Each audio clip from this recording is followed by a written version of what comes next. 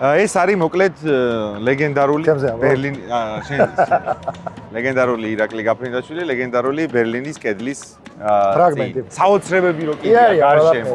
ყველაფერი არის პია. და შენ ამის ნათელი მაგალითი. თუ რას აკეთებ საერთოდ? ან სანდრო გამომყავს ბაღიდან ან კიტა და ვიკენდზე ჩემთან არიან ბავშვები. ცხოვრობ მათით და რა ჩანთარი რა და ეს ამაში ჩაეტია ჩემი ცხოვრება ეგრე გამოვიდა. შეიძლება ნახვა? ჯერო ხედებ. მოიტავა? იაფ დაბა. მაჩვენი რა გიდებს? მოგეთ ისე მინდა განვითარდეს მომავალში სათიბე, როგორც განვითარდებოდა მაგათი არ გადასახლების შემთხვევაში. ეს ამბავიც მაგას ემსახურება. ეს რომელი მიწაა მე რომ თავაზობდი? ანუ ქარის წისქვილს დგამ ჩემ მიწაზე, ხო? შენგან დამოუკიდებლად ქარი როცა იქნება, ესენი მოძრავებენ მუდმივად. და მუდმივად მოყვებიან ამ ამბავს. სათიბე ბერლინიც დავაარსეთ უკვე. სავიზიტო ბარათი დაენარა ხალხო აი ამაზე როგორ უნდა. არა, ენდეთ.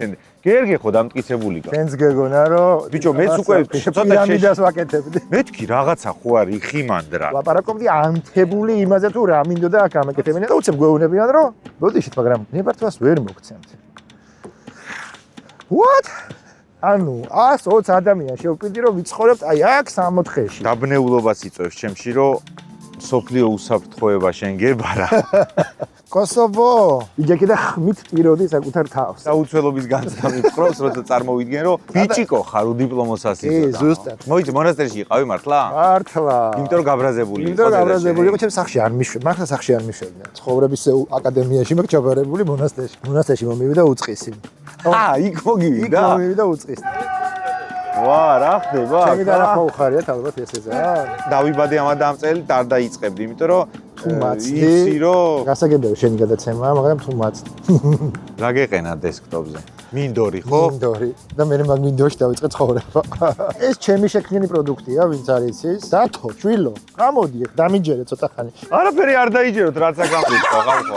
სუტყუილი ყოფილა, ანუ ჩემ თვალწინ იტყუებ. ბროლიც ბუთი იცნობდნენ მარტო რა. მართლა კარგი გამოვა ეს ეპიზოდი, იმიტომ რომ რამდენიმე ისეთი გულწრფელი ეპიზოდი იყო რა, რომელიც ხელობას ძალიან ჭირდება ის ტექნიკა, რასაც შენ ფლობ. ასე ვახოთ ერთმანეთი. ეგეთ იდეები ალბათ ძალიან შორეულ ბავშვობაში იბადებათ. ყველაფერი იწყება ოცნებებით, რომელსაც ხელი არ უნდა შეუშავა. ბიჭო, ეგრეა ხო ცხოვრება. კაი, რაცევლები მომადიდე.